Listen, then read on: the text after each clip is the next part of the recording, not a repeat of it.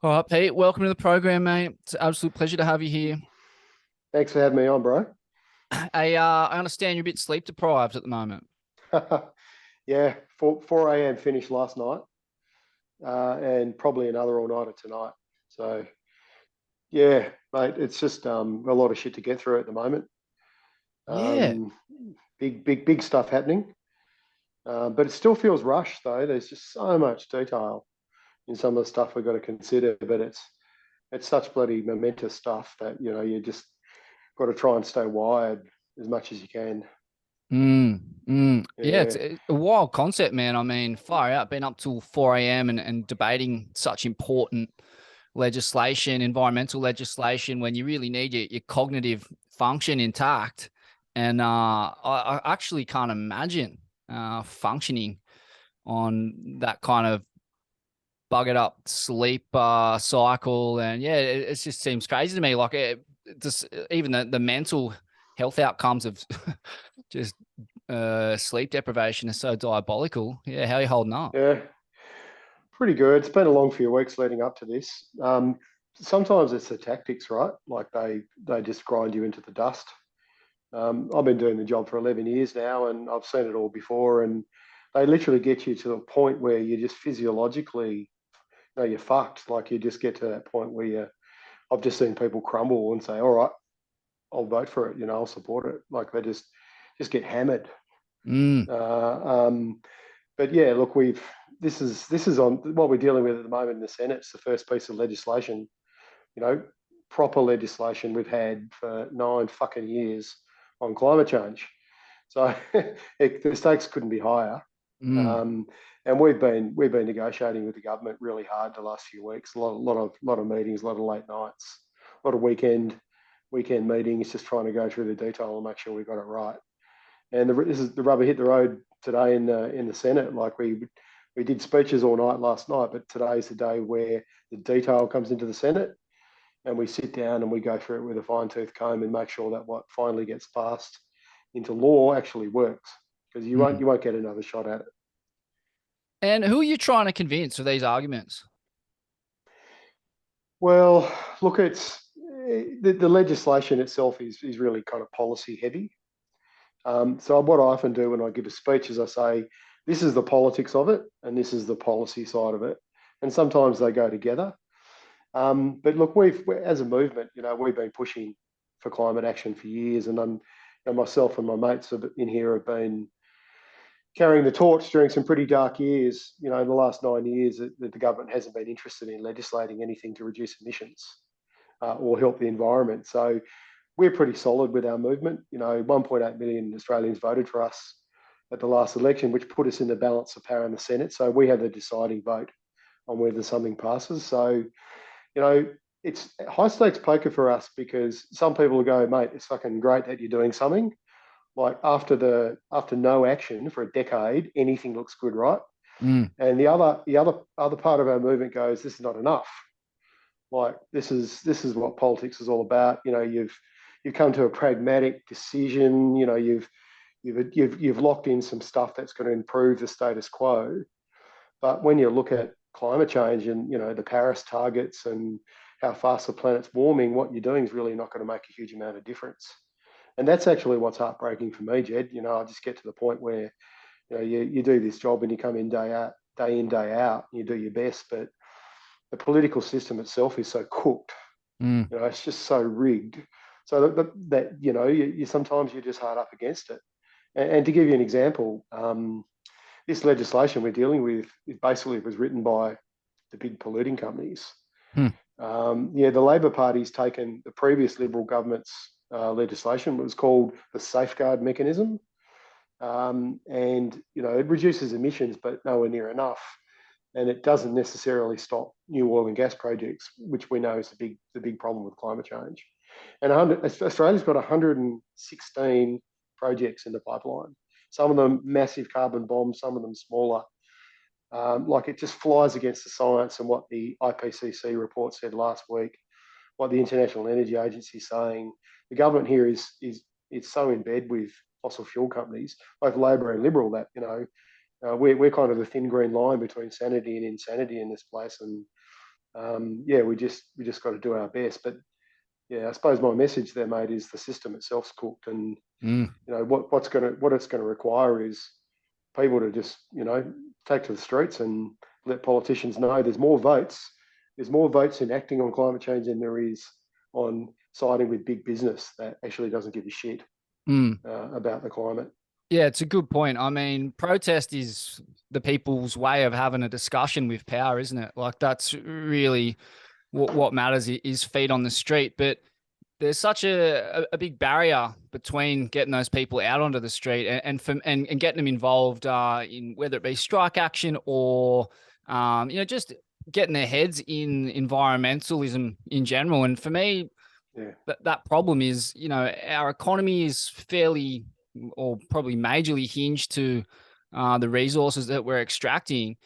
And most people most people in this country live in Sydney and Melbourne, right? Like they live in the big yeah, cities and they're financially insecure. So, and financially insecure, it doesn't, that can be in the form of immense housing debt. You're looking at a 20 to 30 year span of paying down a mortgage.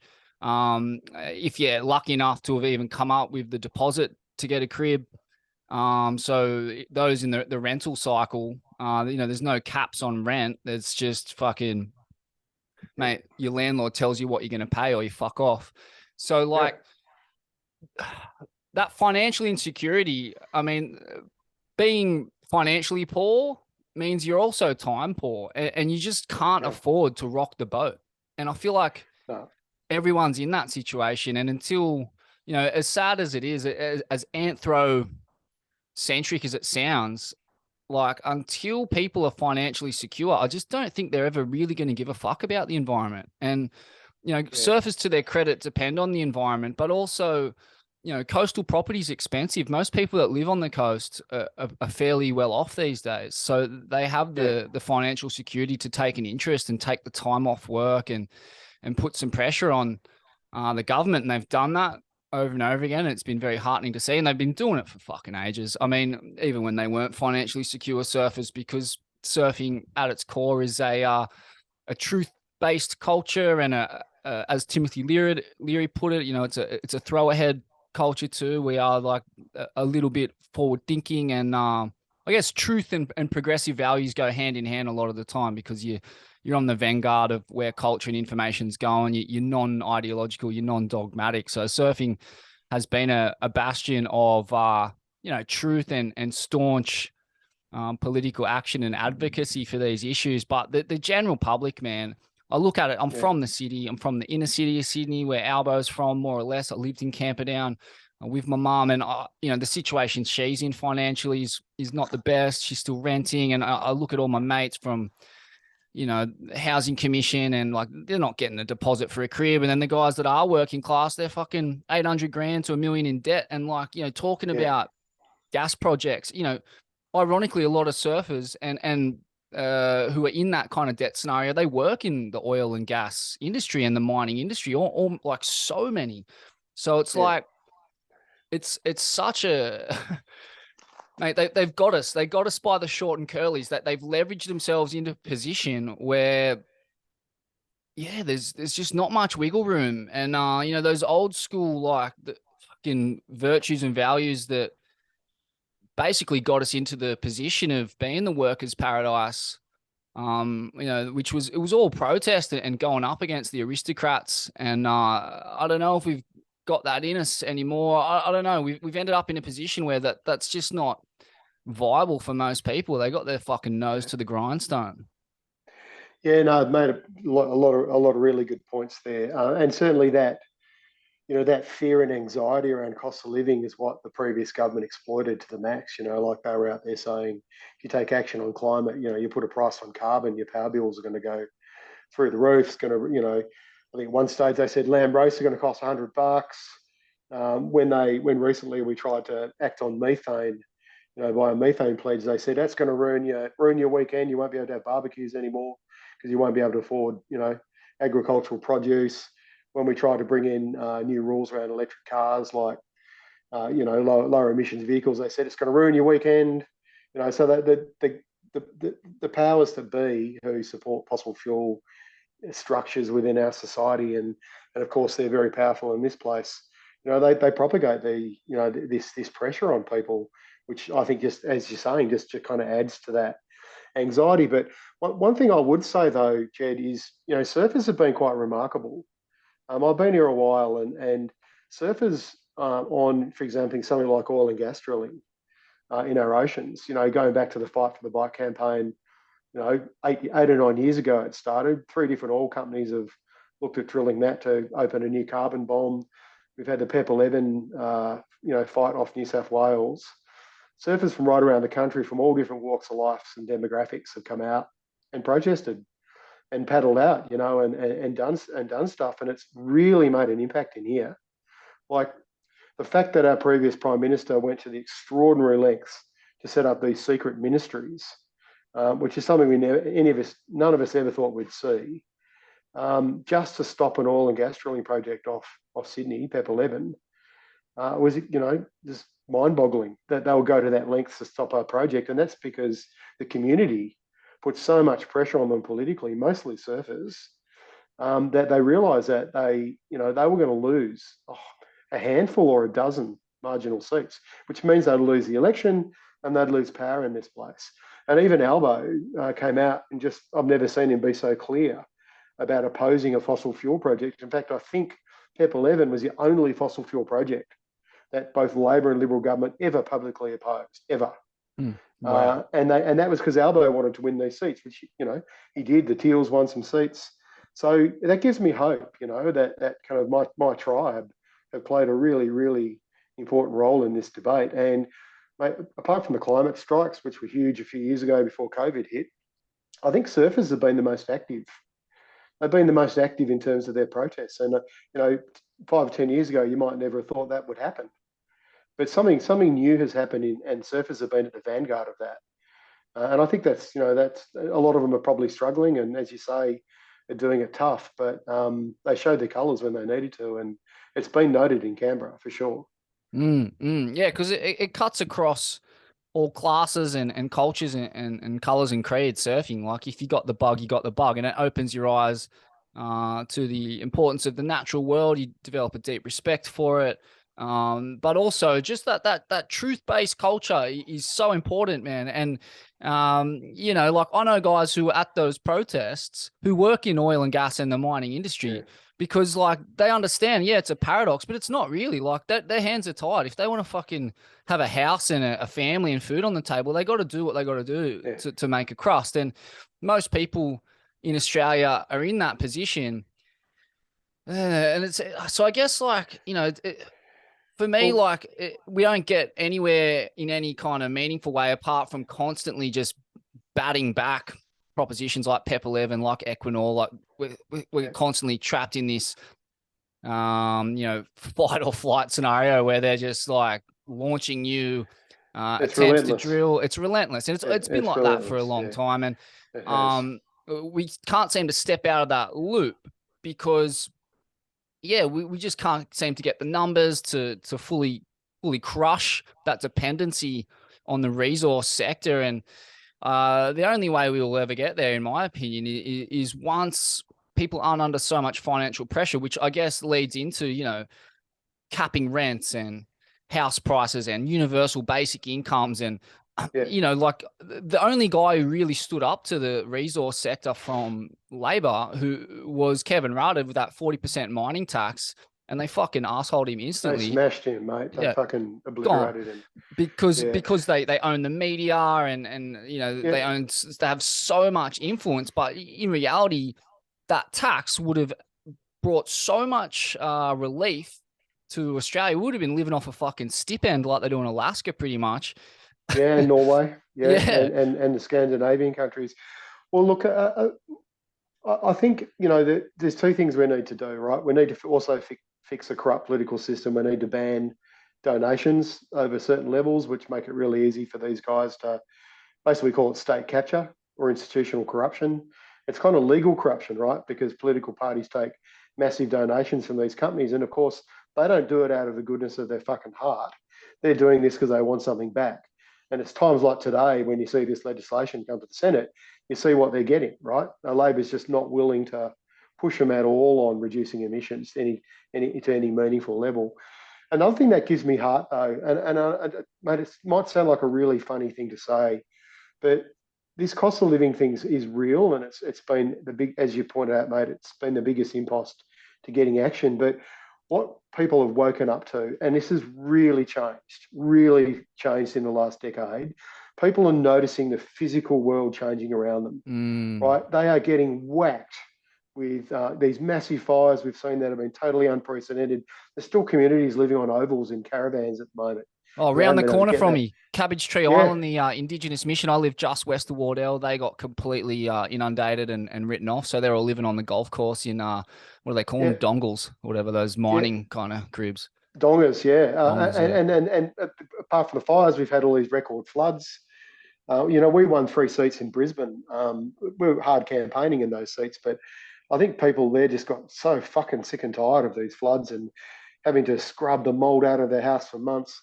Obviously in Lismore and all these other places, people are really suffering, and they know this is from climate change, and they know politicians aren't talking about the costs of their living from climate, whether it's bloody insurance premiums. And what about fucking power bills? Like every time we get a heat wave or a cold snap, these extreme extremes we see in weather fluctuations, their power bills go up too. So there's a really potent argument to be saying to people, it's much more expensive for you to not act on climate, or for governments not to act on climate. But that's really settling in around the world. We just had a freaky year with 3 La Ninas in a row, which has never happened before, with 2 negative Indian Ocean dipoles. I know that sounds technical, but the weather's off the charts, literally. And this year we're looking at swinging back to maybe a record El Nino, which would be devastating for the barrier reef and our ocean ecosystems, which are literally boiling. And where I'm from in Tassie, mate, I work with the fishing industry, Jed. Like not traditional allies of the Greens, but been working with wreck fishers and commercial fishers. They know the changes in the ocean they're seeing from warming oceans, from burning fossil fuels. They're killing their industries. They know it. They're seeing the habitat disappear. They're seeing invasive species rolling through. They're suffering, mate. So I'm really confident that things have changed in the last 10 years, because climate change is not something theoretical anymore, mate. It's happening around us, and people can see it, and they're anxious and they want to see some action. Yeah, it's that old saying, isn't it, that humans don't seem to change until they're in pain. Like they kind of, it takes them to feel the pain before they make any change. It's so true. It's true on a global and political scale as much as it is on a personal scale. I see it all around me all the time. People won't change their ways until they hit rock bottom, and often, even when they hit rock bottom, they'll still search for soft answers and easy outlets, but there is none. And that metaphor applies right to the top too. That there is no easy options or soft options with this one. Like in my mind, it's either we have to learn to be poor together, learn to be self-sustaining as a nation, or like if you want to go up against the resource sector, that's what they'll do. They will cripple your economy, and there'll be tough times. And we have to be ready to go through that as a people and a nation. We've done it before. We did it. That's how this country become the workers' paradise was.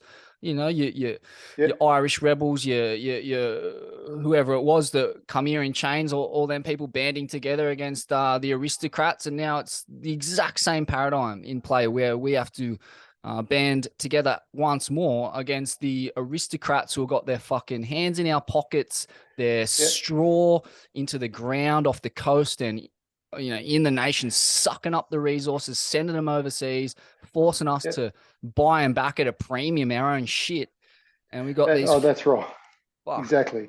But I couldn't have said it better myself. Like, even with the $368 billion the government's decided to spend on submarines, you just look at the money that goes into the military industrial complex, and the big companies that just absolutely cream it off all that spending.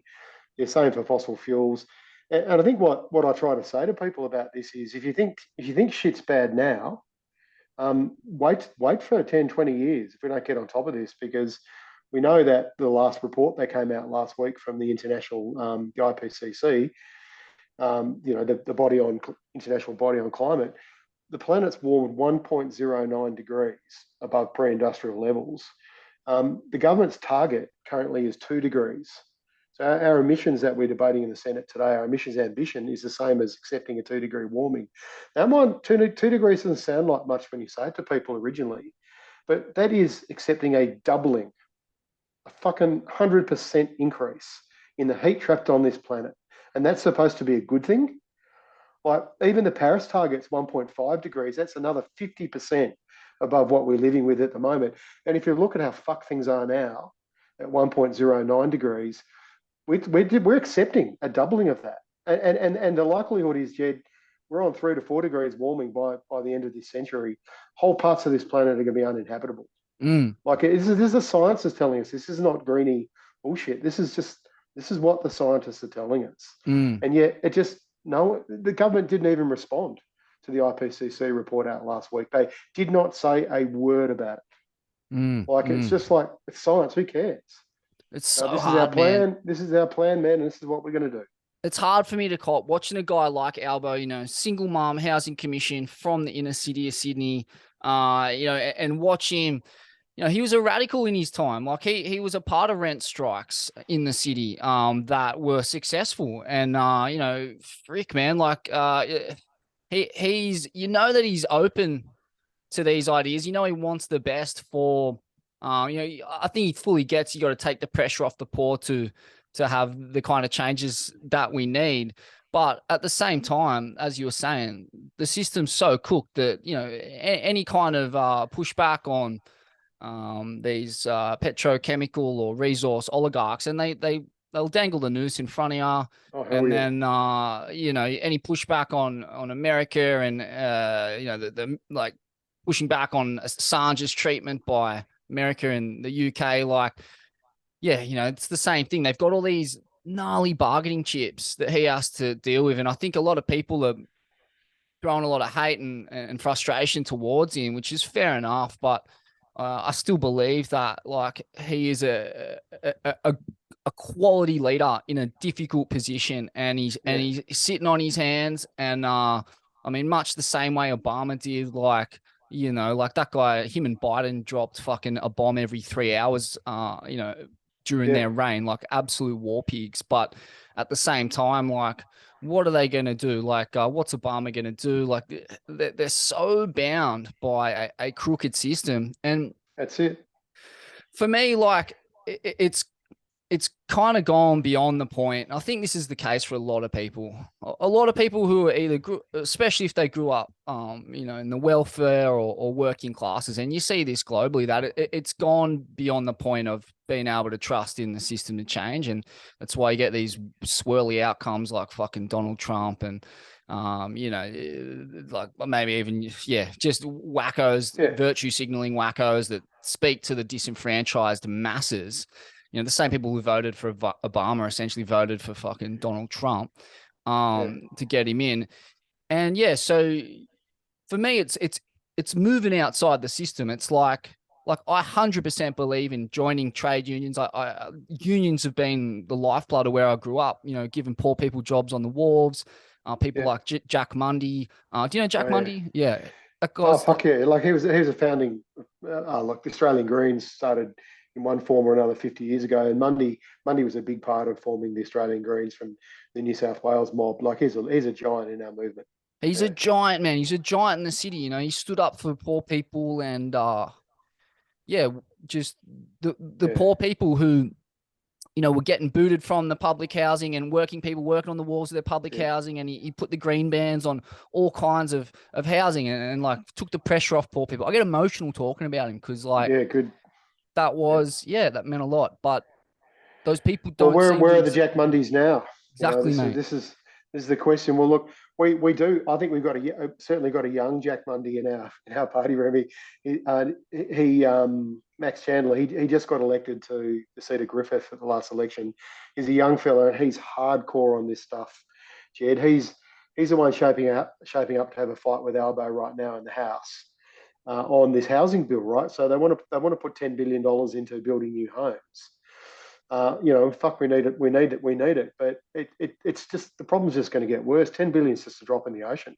Yeah, and where are All they the, putting these homes? Are they putting them in Mount Druitt or, like, you know what I mean? They sold off all the inner city public housing so they could put it yeah, fucking out in the boondocks where, you got to say 16, 17-year-old kid who grows up in housing commission, looking to, get a housing deposit somehow, start on the bottom rung of fucking the class yeah, system. And he's got to travel 2 hours to, like, each way. So, it's just madness. Like, yeah, putting the poorest people as far away from opportunity as you can where the land is cheapest is so fucking stupid. yeah, yeah. Oh, totally. So this is going to be the next big fight in this country, because we're also pushing really hard for renters' rights and a whole bunch of things around Airbnbs, which in my state of Tassie are one of the big problems, because everyone's buying properties and just putting them into short-term rentals. So there literally is no supply for anyone. And at the same time, we've got $368 billion commitment to build new submarines. The stage 3 tax cuts, which are mostly going to benefit the wealthiest people in this country, is a couple of $100 billion. This is really big money. And the government wants to put just 10 billion into arguably the biggest social problem in our country at the moment, which is housing. And it's not just for low income people or young people that can't afford a home, which is just another massive problem. It's for domestic violence victims and a whole range of things. We need social housing for, and public housing. Totally. Yeah, I So remember. we're going Sorry. to push them on that. We're going to push them on that real hard. Yeah, yeah. I remember me and my mum ended up in a women's refuge in West Oz after her boyfriend bashed her. And what I understand is, like, we were staying in his commission flat. He's an Aboriginal dude. He flogged her, and then we ended up in the women's refuge. But they shut them down, right? They don't even exist anymore. There's hardly any of them. No, nowhere near enough. I can only talk about the numbers in my state of Tassie, but yeah, there's bugger all of them. Bugger all. And I and mean, it's the biggest issue around coercion and with domestic violence is women and their kids just don't have anywhere to go. They often have to go home because otherwise they're sleeping in a car or in a park or on someone's couch, mm, and that's often why they have to return to that same perpetuated cycle. mm, So shelters are one thing, but even then they're really short term. And then you've got to mm. jump through hoops to get anything longer. And it's just the waiting list is, I don't have the numbers off the top of my head, but we were looking at it yesterday for social housing. The official waiting list is like 150,000 people. That's the official, or 158,000 people around this country are waiting to get on public housing, but it's much bigger than that. Mm. Like that's just the official numbers, which are pretty cooked as well.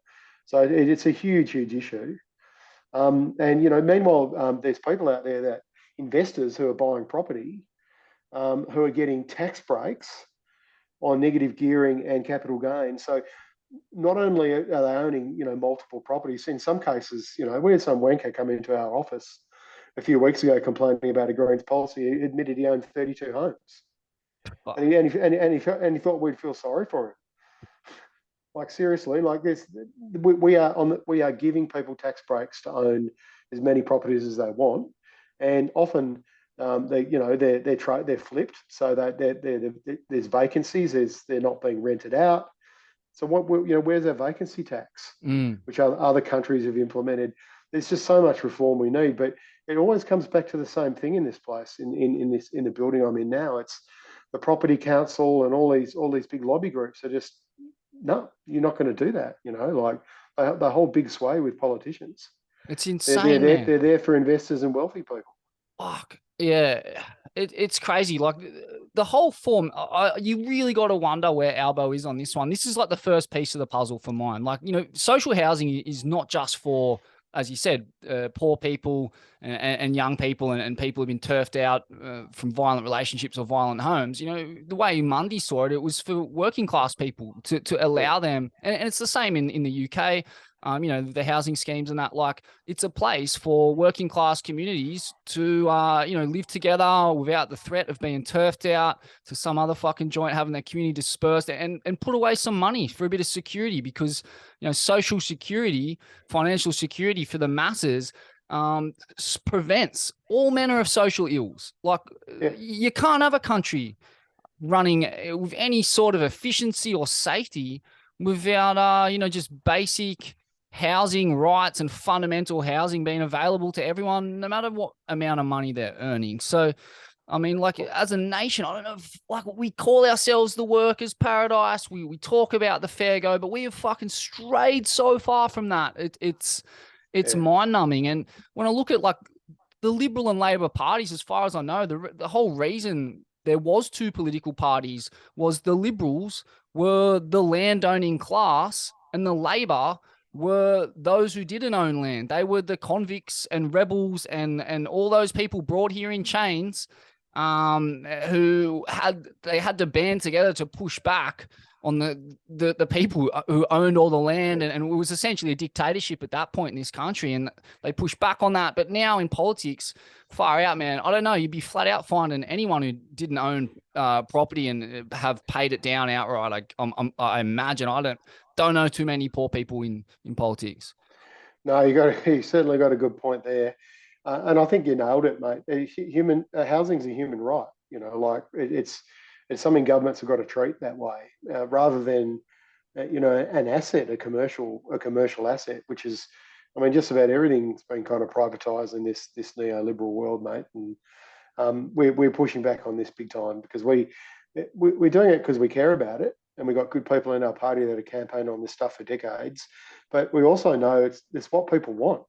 This is what voters want to see, especially young Australians and low income Australians. They really feel like they've been abandoned by the system. And I don't know if you noticed this, Jed, but this last federal election, 33% of the country, so nearly 1 in 3 people, voted outside the major parties.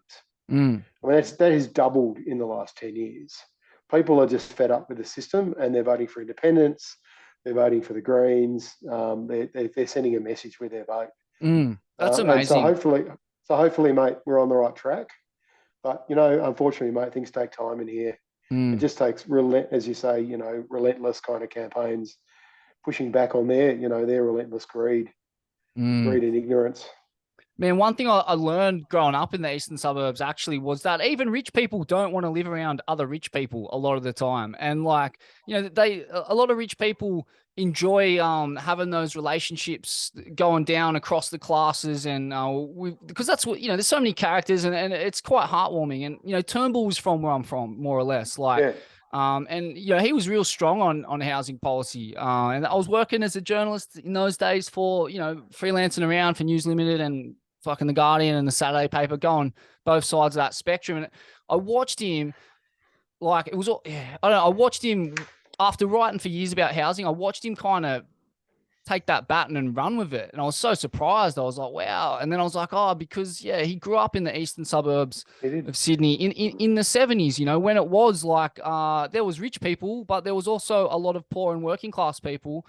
And he fought and campaigned pretty hard for that. Like, he campaigned like a Labor guy. He probably campaigned harder than Albo is right now. And he was going to join the Labor. I think he was a member of the Labor Party at one stage. That's unsurprising. And he's a single parent and grew up with a single parent too. So yeah, he certainly didn't have a silver spoon in his mouth. No, that's right. Yeah, single dad or something like that. And he was a sick leader, and he was too honest for the Liberal Party, and they sacked him because they're fucking dogs. And like, I mean, I think that my point is that even the rich people in this country, I think, still want to preserve it as the workers' paradise, as the as the land of the fair go. I think that it's a beautiful concept. It has been realized at different times in our history. I would probably say like the peak of Jack Mundy's powers in the 70s, and prior to the 80s, things probably started to go pear-shaped. But for much of our history, that was globalization. Yeah, that's exactly right. That it was kind of the late 70s, early 80s that we started, opening up our economy, privatizing all our assets, independent reserve bank. And the irony of this is you look at Jack Mundy and the history of Labor, which you so well, elucidated today. And it was Paul Keating that actually went down the road of kind of starting a lot of these liberal reforms. And it's an irony, really, because Malcolm Fraser and some of the the Liberal fellas before him were actually quite protectionist and quite, conservative, economic conservatives in a different way. They still wanted to keep state-owned enterprises, but it was Keating's real big push to liberalise the economy and deregulate the economy, the exchange rate, you name it. He was the architect that sold off our banks, public banks like Combank, that Qantas. That all happened under a Labor government, and I reckon now we're kind of starting to look at this experiment that's just fucked the planet on so many different levels. And funny enough, COVID was an interesting time because we didn't have, if we had one fucking toilet paper, Kimberly Clark, one fucking toilet paper manufacturer in Australia that through all sorts of weird twists of fate survived the push to get rid of it several times, to take it all offshore, like all our other jobs went offshore. Yeah. And so we actually had one place we could actually get toilet paper during the crisis, because we were having to ship all this stuff in from China and other countries on airplanes. We had no PPE gear for healthcare workers. We had nothing because we didn't fucking manufacture anything here. And so we had these global supply chains we were reliant on. Wow. And mate, and the supermarket shelves were empty. We produce a shitload of food in Australia, but a lot of it gets exported. So I think it's been a really interesting time to stand back and say, well, you know what?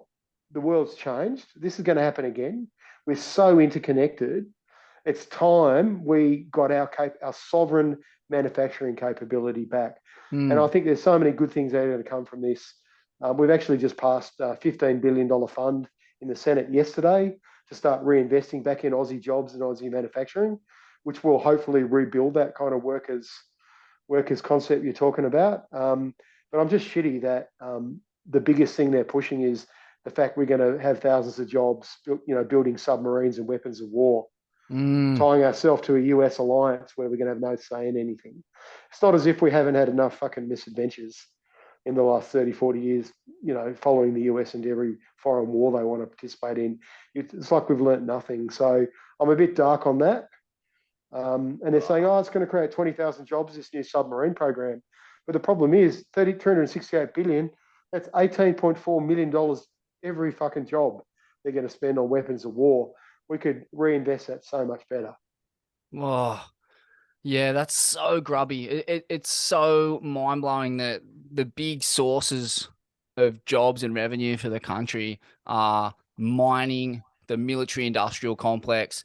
And as far as I know, the other big scam that I'm watching unfold in Sydney at the moment is this kind of international student scam, which is like, it seems to me that I could be wrong here, but it's like you can essentially, if you're a rich person from anywhere in the world, you can pay for 5 or 7 years of tuition at one of the universities, and you get naturalized as a citizen. So you can essentially just buy citizenship by being a uni bludger for 7 years.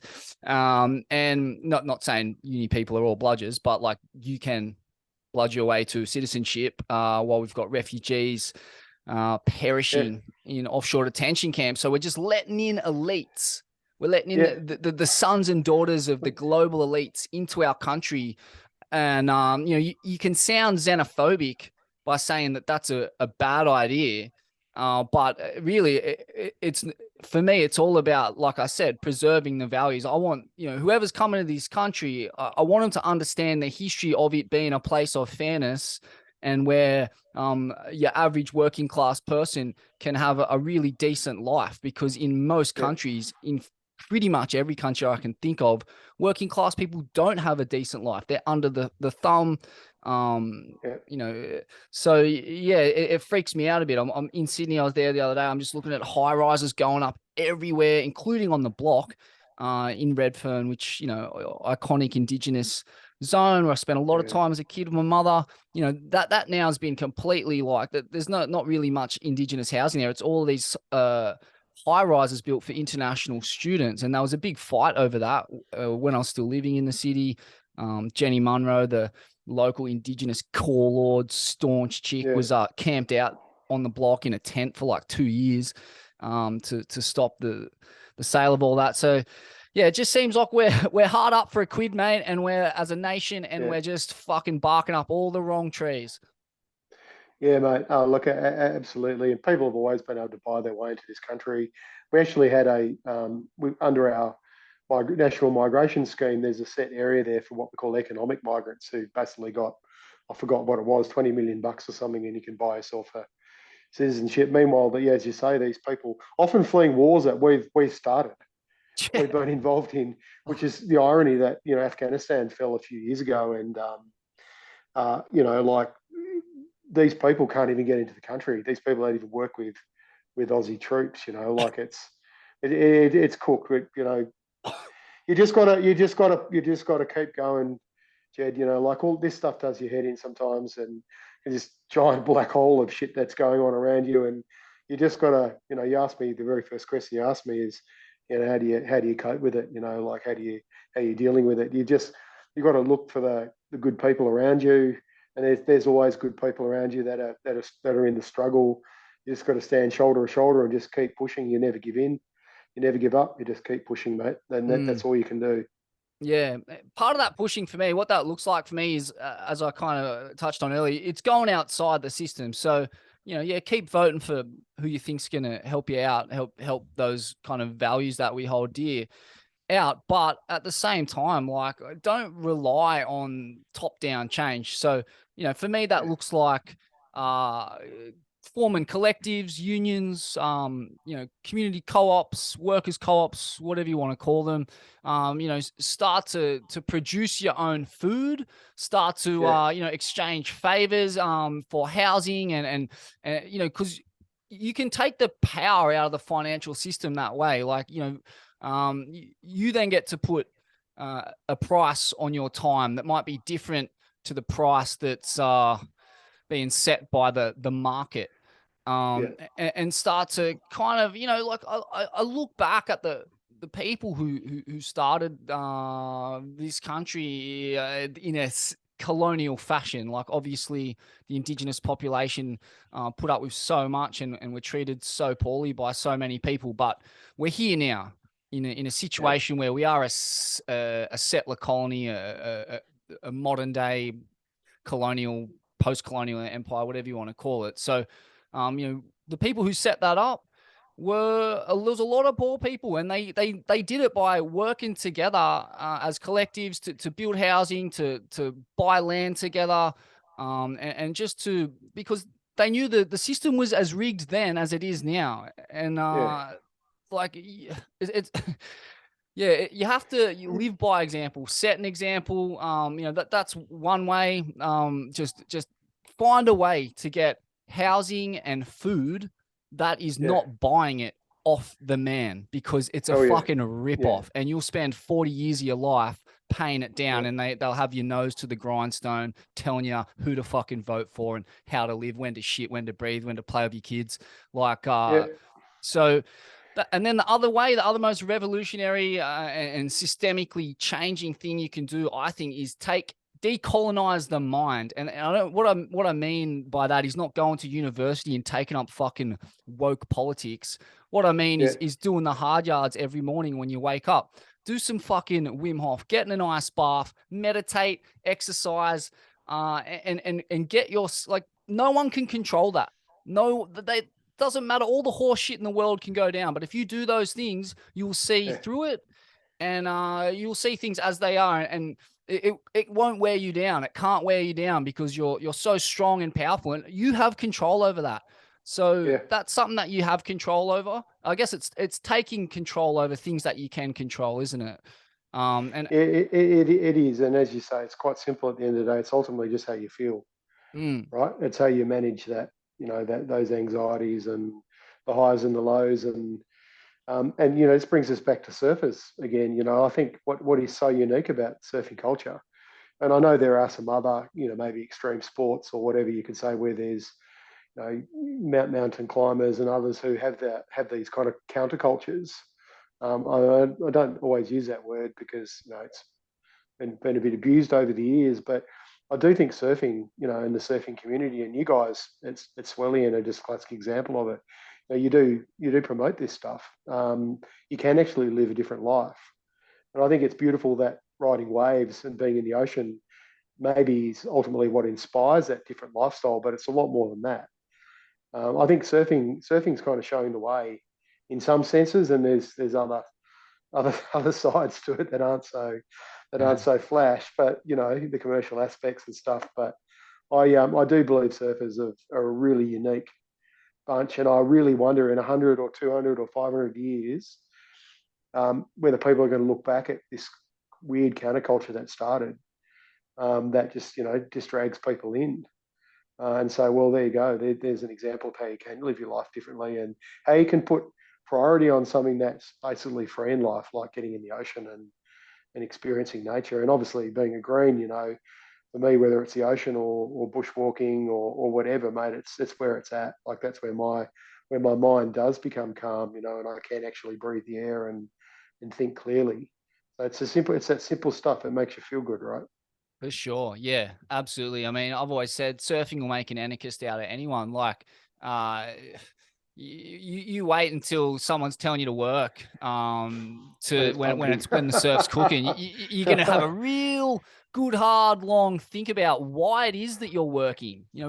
Why do I have to make this money, and where does it go, and who says, who actually sets the price for a roof over my head and the cost Yeah, of my food? And you start to ask these like really profound questions to which there is no real logical answer. The market decides, they'll tell you, but the market is dominated by rich people who have, when I say rich, like the ultra rich, who have ridiculous shares of that market. For every one vote or $1 you have in that, dollar is a vote. So you got one vote in that market. They've got fucking billions. So the market decides when you get to surf. And I guess, like, sadly, well, a lot of surfers have become quite nihilistic in their compulsion to surf as much as they can. They'll do what they have to do to make a quid to free up the time yeah, to allow them to surf as much as they can. Which like, I've got a lot of mates that work in the trades, and working in the trades is not easy, but they ain't building houses for poor people or affordable houses. They're just adding value to already unaffordable houses, flipping yeah. houses and this and that, or they work, a lot of people work in the resource sector and this and that. So yeah, surfing is it's been compromised. There's not many people living the country soul existence of Nat and Terry Fitz and Morning of the uh Earth. Yeah, yeah, yeah. the rest of them. Actually, recently I went to a night where we had to read a poem, like a favourite poem, and I read the lyrics from Simple Ben from the Morning of the Earth soundtrack, and everyone goes, "Oh, that's a really good poem. Where'd you get that from?" And I said, "Actually, it's a song.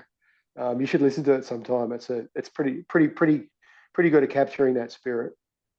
Amazing, man. If only we could stick to it. Yeah." Mate, can we get into your surfing journey a bit? Tell us, tell us where it began and how it shaped you, I guess. Yeah, look, my mum, I grew up in basically in WA in West Australia. My dad's Tasmanian, mum's West Australian. So I think I rode my first wave when I was about 10, down at Cottesloe Beach in Perth. So not overly great surf, but my mum was like a champion surf lifesaver, and when she was younger, and we always went to the beach. And I probably didn't get serious about it till I left school.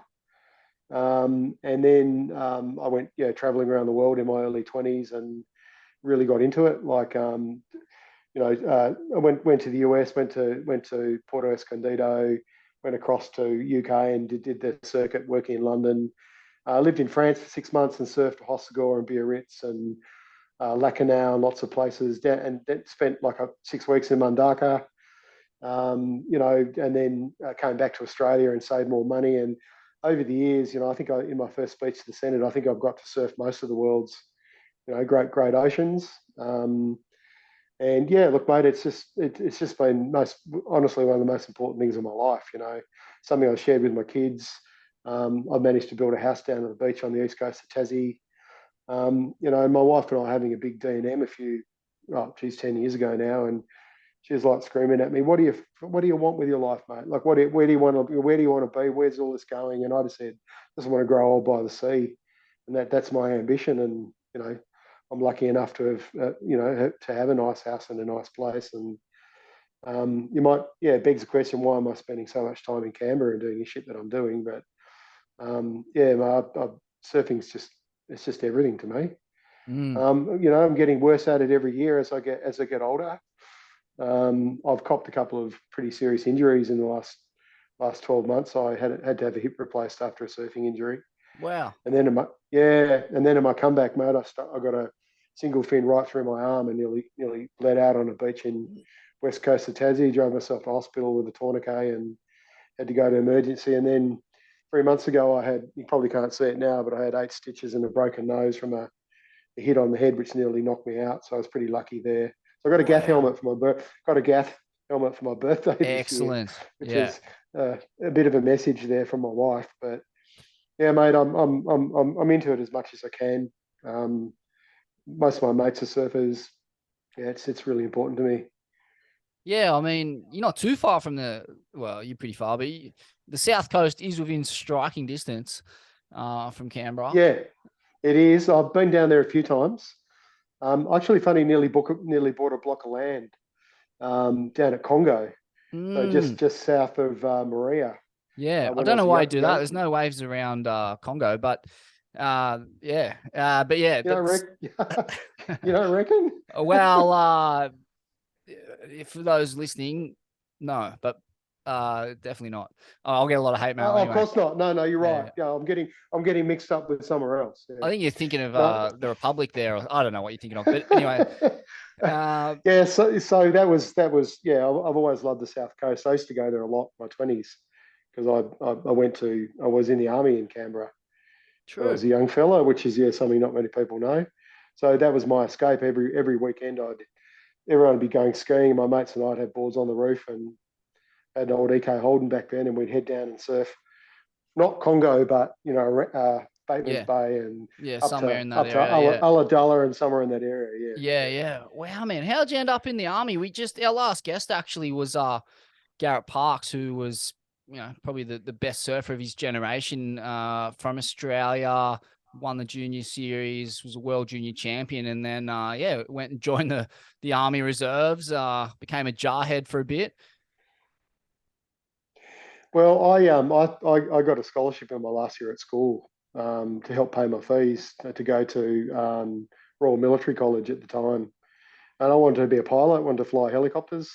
My dad was a pilot. He was in the Air Force and did a couple of tours of Vietnam, and I suppose I grew up in that household, and that's what I wanted to do when I was a young fella. And then I did go in the army, and interestingly, I had a really bad ankle break. Parachuting, which I was getting into there for a bit, and I got medically discharged, and then I went worked in the mines and travelled around the world, just surfing, and that after that, mate, that was it. I can't kind of look back and was quite surprised that I even joined the army. It certainly wasn't for me, and fate was pretty kind to me in that regard. Saying that though, I do have a lot of good mates who were in the services, and they're good people. But it wasn't for me.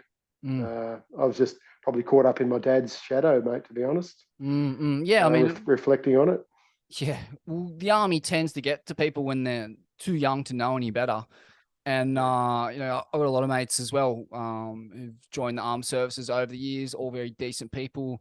But yeah, you chat to people in the military and they'll often say like, "Oh, I'm not into politics." Like, I don't really listen to that stuff. I just go and do my job. It's like, for me, it's not acceptable to fucking shoot first and ask questions later.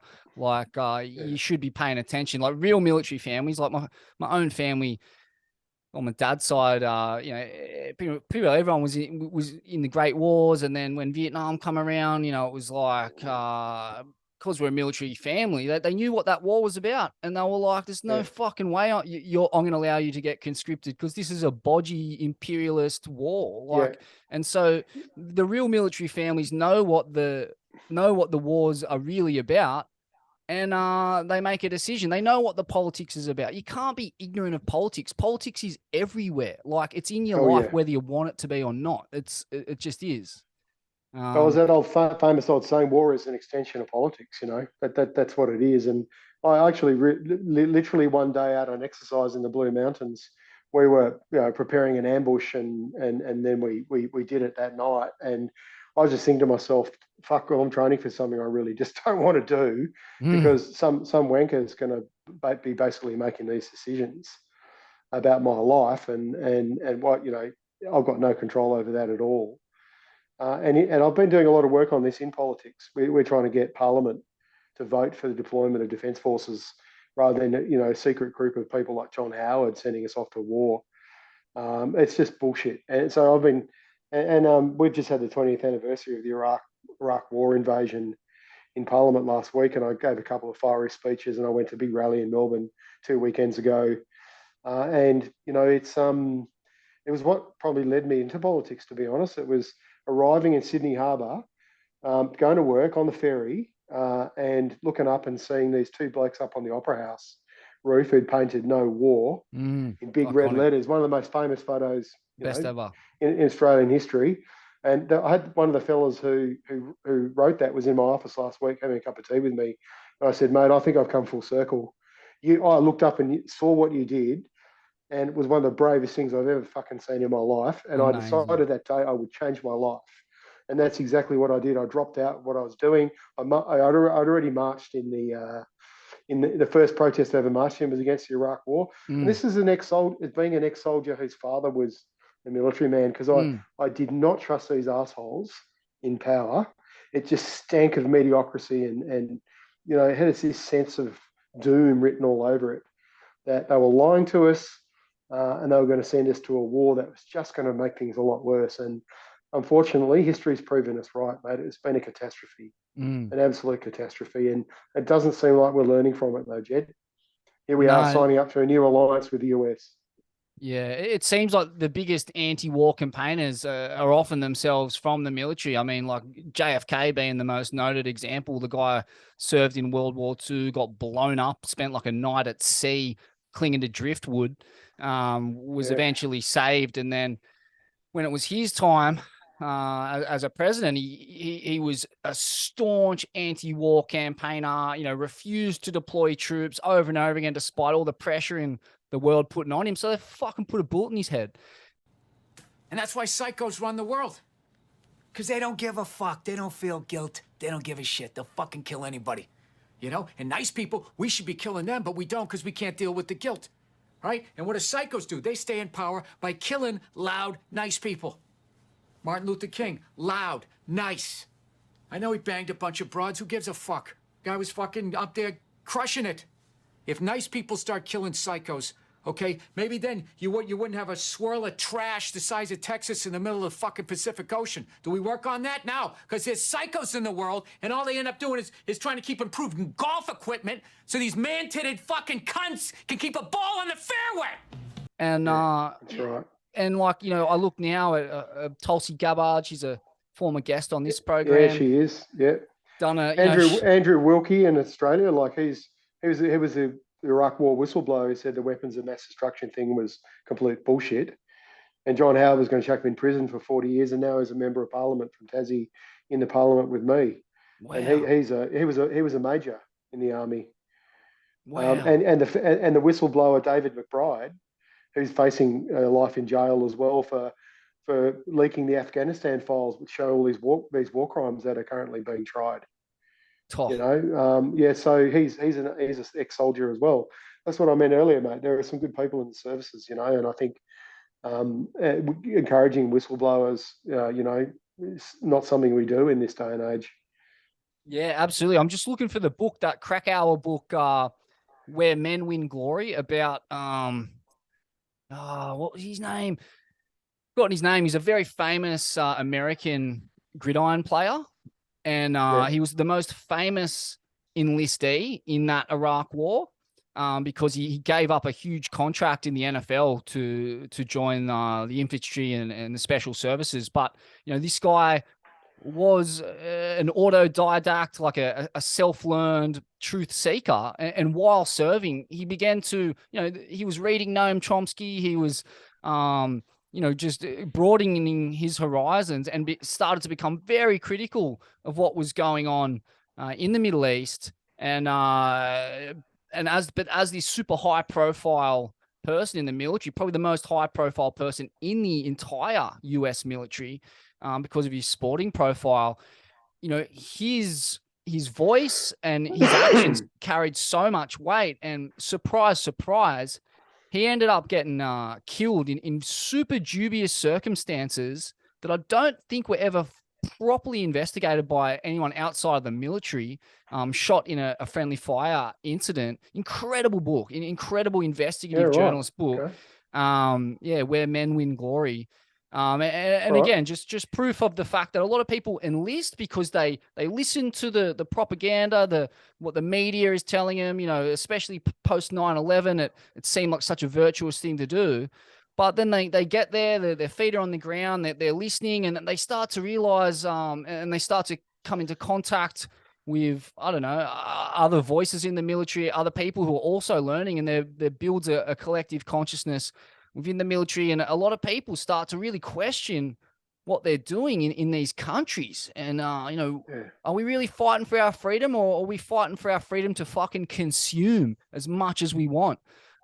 Which seems to be really why people from America fight wars, and by extension us. It's about protecting our decadent, stupidly consumerist lifestyles here. As far as I can tell, it's always about shoring up resources, which are just poured down a chute of shiny trinkets, shit Christmas presents, and freaking, I don't know, planned obsolescence, I guess. But Totally. Well, look, let's not forget, Chelsea Manning previously, Private Bradley Manning, who was a whistleblower who gave Julian Assange all the WikiLeaks downloads, which showed the US war crimes and all their lies and deceit and the stuff that he's being tried for at the moment. There are a lot of brave people out there, but it was Julian that actually said it, that the goal is actually endless war for those in these power structures, because, as you say, it's all about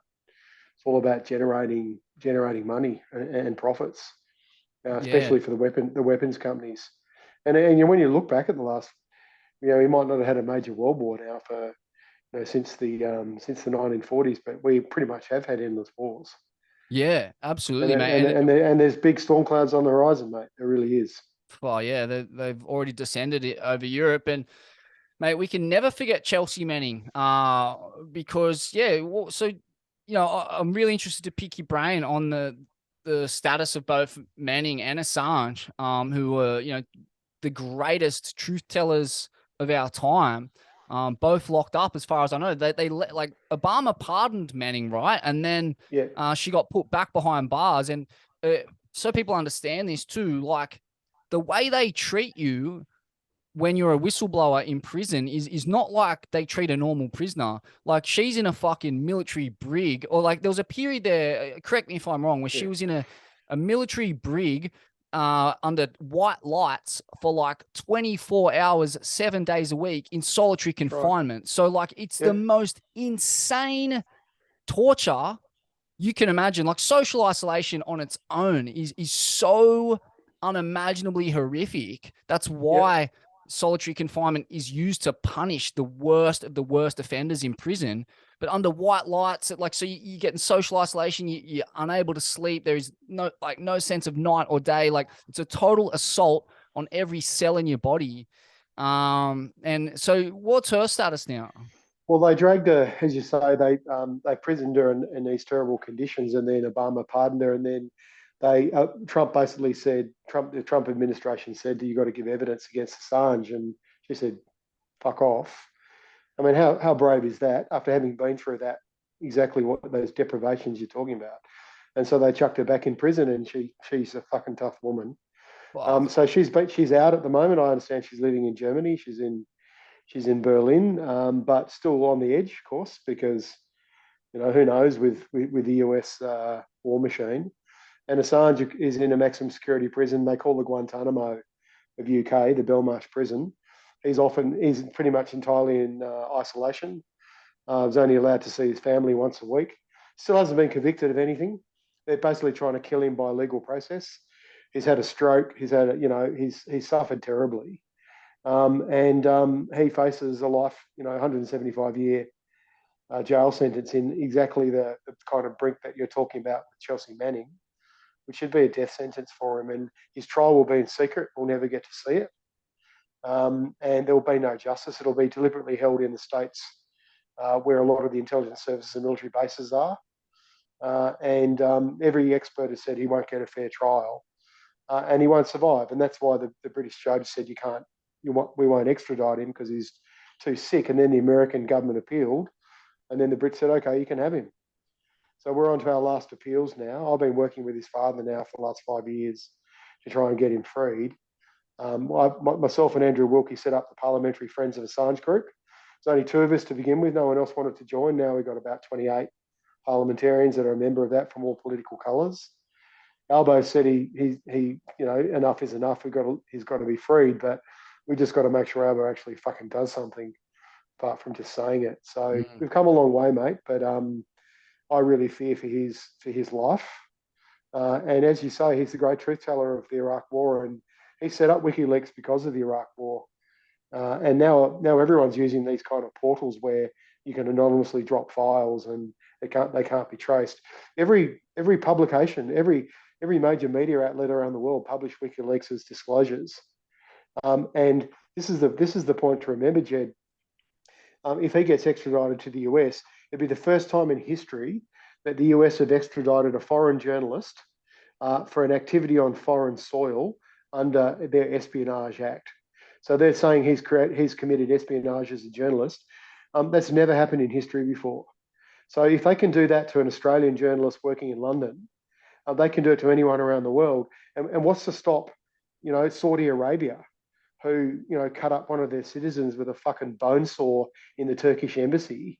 What's to stop them doing the same thing? Jamal Khashoggi, Yeah, Jamal, that's right. So this is a real slippery slope.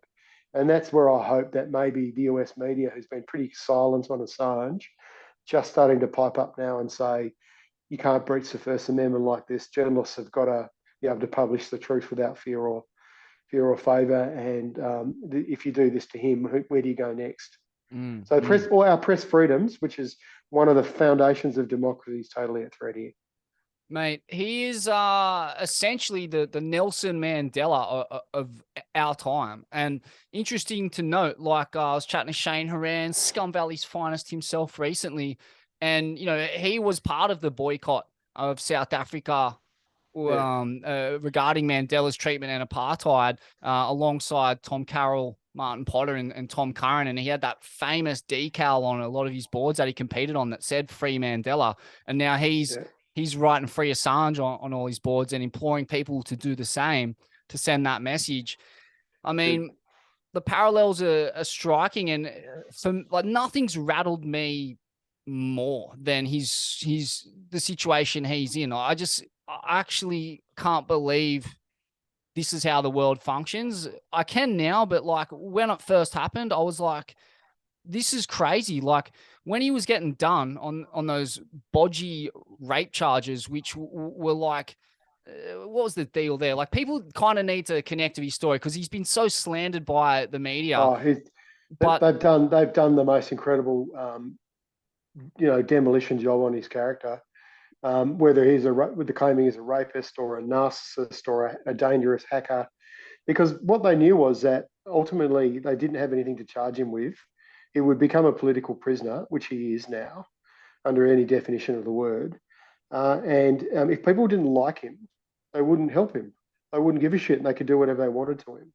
They'd pursue him until he died. So our whole aim is to humanise Julian through his family and through all the great things he's done. And his dad's just made a film called Ithaca, which is about his love of, his love as a father for his son, trying to free his son. This is what Terry Hicks did to get his son, David Hicks, out of Guantanamo Bay. I mean, he went and sat in a fucking cage in Times Square while Americans spat on him with signs saying, my son needs to at least have a fair trial. And eventually we got David Hicks out of Guantanamo back to Australia. And that was at a time of heightened fear around terrorism and the Iraq War and all this kind of stuff. If we can do that, then we can free Julian. Like the rape stuff. If people are interested in that, there's a book that's just been written by a guy called Nils Meltzer. He was a professor of international law, the UN rapporteur on torture, and 3/4 of the book is dealing with the Assange rape allegations, and he goes through it with a fine-tooth comb from start to finish and shows why it was all complete bullshit. Yeah, it's worth I'll going just say, through. read it for yourself. Yeah, I don't want to fuck up the particulars of it. I mean, from my memory, the essence of the rape charge was not rape as we think of it, but he never got charged. So just first never thing, charged. never charged. They investigate. They had chats with him a couple of times and threatened to charge him, but they kept that threat hanging over him for decades. But they never charged him. Yeah, they never had the evidence to charge him. And it was due to unprotected sex, not rape. In Sweden, if you don't use a condom, and it's not consensual to not use a condom, that constitutes rape. That was the allegation, right? That was the allegation. Yeah, that is statutory rape in Sweden. And the woman who was the victim of that ultimately didn't want to press charges, but because she spoke to the police and made a complaint, they can pursue the charges anyway. But the craziest thing about this was that there was another woman who claimed the same thing happened to her. And that other woman, her identity, I looked into who she was, right? And there's one article about who she is, and it was by the Sydney Morning Herald, and it's fucking buried. I could probably dig it up again. It wasn't easy to find details about who this lady was, but who she was she did her, what's it called, like post-grad studies in Washington.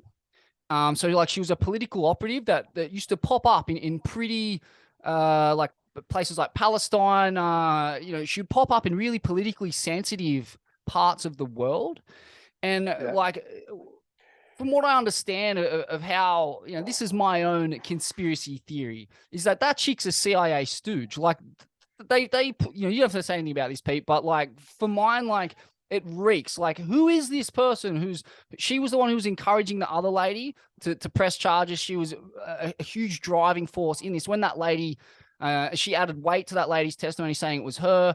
Assange met this chick at some big political conference in Scandinavia somewhere. Just a dicey character. And so many dispersions were cast over Assange's character, but so little was ever revealed about the people making this charge. And I get it, it's rape, it's sensitive, and women shouldn't generally have to answer to questions about their character in the pursuing of rape charges against people. But when the person being charged is single-handedly bringing down the military-industrial complex, the fucking biggest industry on planet Earth, responsible for more rape and murder and suffering than anything in human history, it's worth knowing a bit about the people leveling these complaints, particularly given the CIA's history of, interfering and placing stooges in various assassination and coup attempts all over the planet. It stunk right from the get-go. Yeah, look, I'll just come back to that people should read Nils Meltzer's book. As an international professor of law, he's spent a lot of he's gone through every single document from police records through, and he outlines the case in a lot of detail there. I think the intent of the women was they wanted Julian to do an AIDS test. That's why they contacted him and went to the police, because he wouldn't. They claim he wouldn't do one, and that's where it kind of escalated from there. But it is a sensitive subject, and it is often, every time I do a post on Julian, people go, "Why are you supporting a rapist?" And I just refer them to that book, because this guy, he's, like I said, he's an international professor of law. He's the UN rapporteur on torture, so he deals with Julian's cases and other real hard cases in other countries. And he didn't actually like Julian Assange and didn't want to get involved. But when he started looking into this, you read it in the front of his book, he said, "I hated the guy.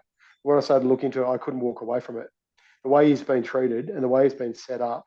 And the book outlines it in a lot of detail. So I'll let people judge for themselves, but do read that book, yeah. Good call. And, as far as liking the guy or not liking the guy, I couldn't give a fuck what his personality's like. I'll probably hate the guy. Like, most journalists are wankers, but like, that's not what is on trial here.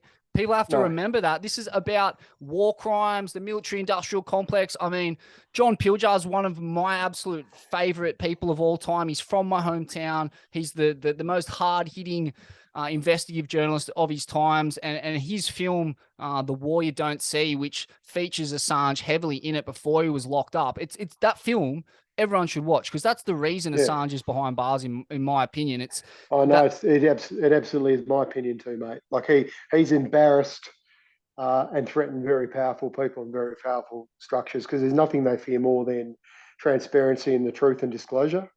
And he invented a model where the only time ever where whistleblowers could download information and it couldn't be traced. And then he could release that to the media, who could do what they wanted with it. So everything he's published has been 100% factual. He literally just says, "Here's the truth. You make of it what you will." They did redact a lot of important, sensitive information in the Iraq war files to try and protect identities. That's all on record too. All this stuff's come up in his court case in the UK. But yeah, no, look, he's sadly the world's most famous political prisoner now. He's an Aussie. He's a hero to many people. And if he gets, if this persecution leads to his death and he doesn't get freed, it's a really dark day for all of us. So we've just got to keep pushing. he couldn't be more Australian. You can draw a direct line from him to the Irish rebels who fought the aristocracy back in the day, to Pemulwuy, who fearlessly went to war with the aristocracy as well. Like, this guy is so fearless, and he's so Australian in that we're quite innocent as a country here. And when it comes to war, we're particularly disgusted, because Gallipoli was the original sin, where we put our faith in the British aristocracy and they sent us all to our fucking deaths. And we should have never fought another war on behalf of Europeans or Americans after that date. But, time and time again, due to geopolitics and China's threat and Japan, whatever, we've been forced to fight for our homeland. And, I guess he's just pointing out that, look, these wars are no longer about our homeland. It's about just invading other people and stealing their shit. Yeah, that's right. And it's also, it's about our sovereignty as a nation too. Why aren't we independent of these countries still after, as you say, hundreds of years? Why are we just done a deal with the UK and the US to buy these nuclear submarines so we can fight another one of their wars? We should be able to stand on our own 2 feet and have our own independent policy. It means we can still be friends with these countries, but fuck giving them, they keep saying you need a seat at the table. But what they mean is they really want us to just clean the crumbs off the table, mate.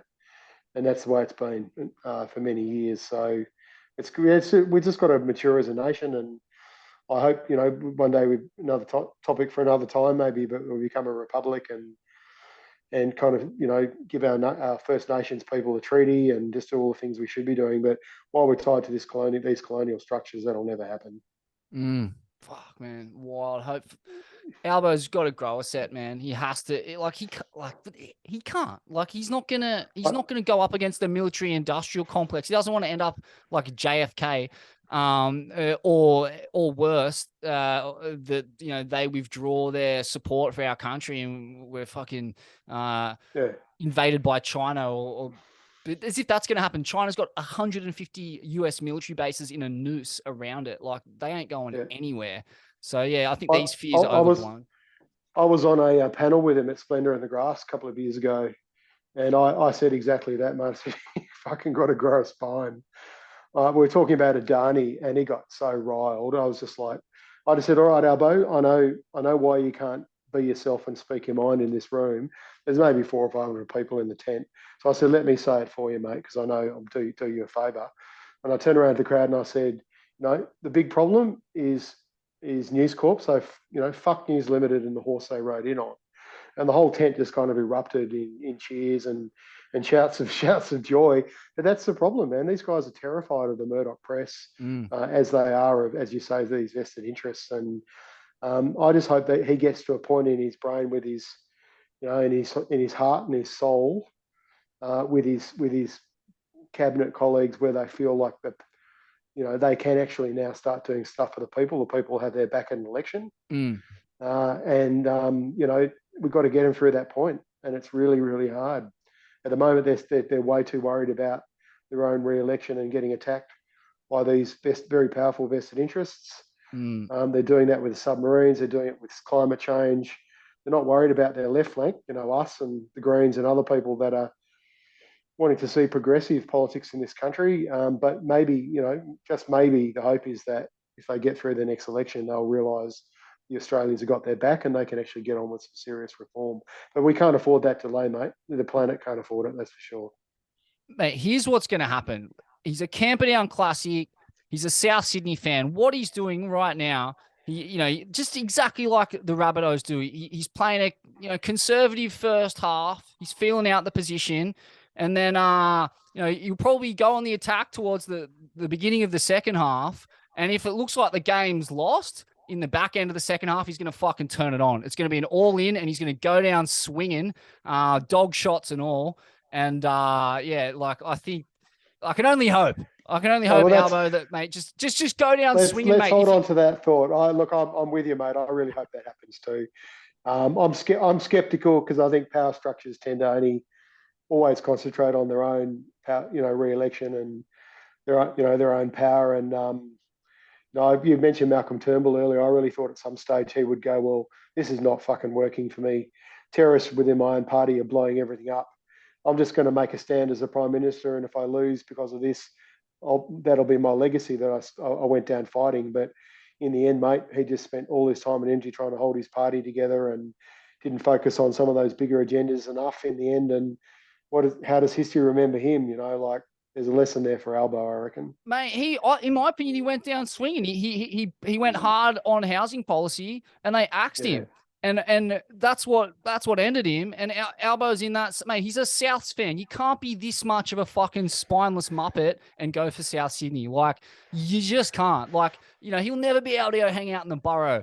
They'll fucking spit on him and beat him up. Like, he has to show a bit of spine. So it's got to be coming, mate. You just cannot be from that part of the world and rep those colours and be a fucking dog. Like, no, well, mate, you've got to remain optimistic. You've got to keep taking action, and you've got to remain optimistic. So that's a good note, mate. I reckon top it off, because unfortunately I've got 3 minutes till I've got to get in the chamber. Do you want to have a quick look at the engine room?